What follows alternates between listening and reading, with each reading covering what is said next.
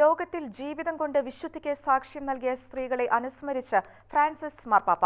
വനിതാ ദിനവുമായി ബന്ധപ്പെട്ട് പൊന്തിഫിക്കൽ ഉർബേനിയൻ യൂണിവേഴ്സിറ്റിയിൽ നടന്ന അന്താരാഷ്ട്ര സമ്മേളനത്തിൽ സംസാരിക്കുകയായിരുന്നു പാപ്പ.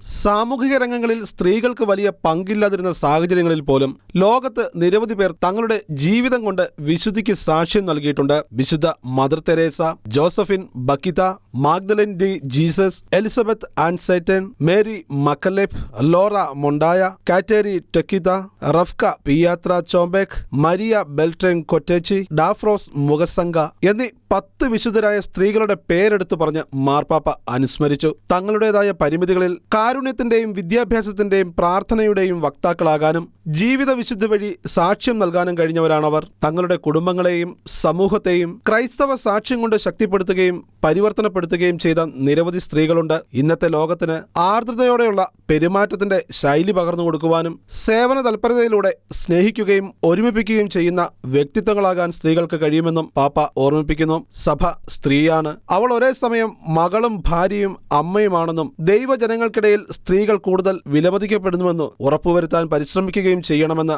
പാപ്പ പറഞ്ഞു. ആഗോള വനിതാ ദിനാഘോഷവുമായി ബന്ധപ്പെട്ട് റോമിലെ പൊന്തിഫിക്കൽ ഉർബാനിയൻ യൂണിവേഴ്സിറ്റിയിൽ നടന്ന സ്ത്രീകൾ മാനവികതയുടെ ശില്പികൾ എന്ന പേരിൽ സംഘടിപ്പിച്ച സമ്മേളനത്തിലായിരുന്നു ഫ്രാൻസിസ് മാർപ്പാപ്പ സ്ത്രീകളുടെ വിശുദ്ധ ജീവിതത്തെക്കുറിച്ച് ഓർമ്മപ്പെടുത്തിയത്. International desk, Shekinah news.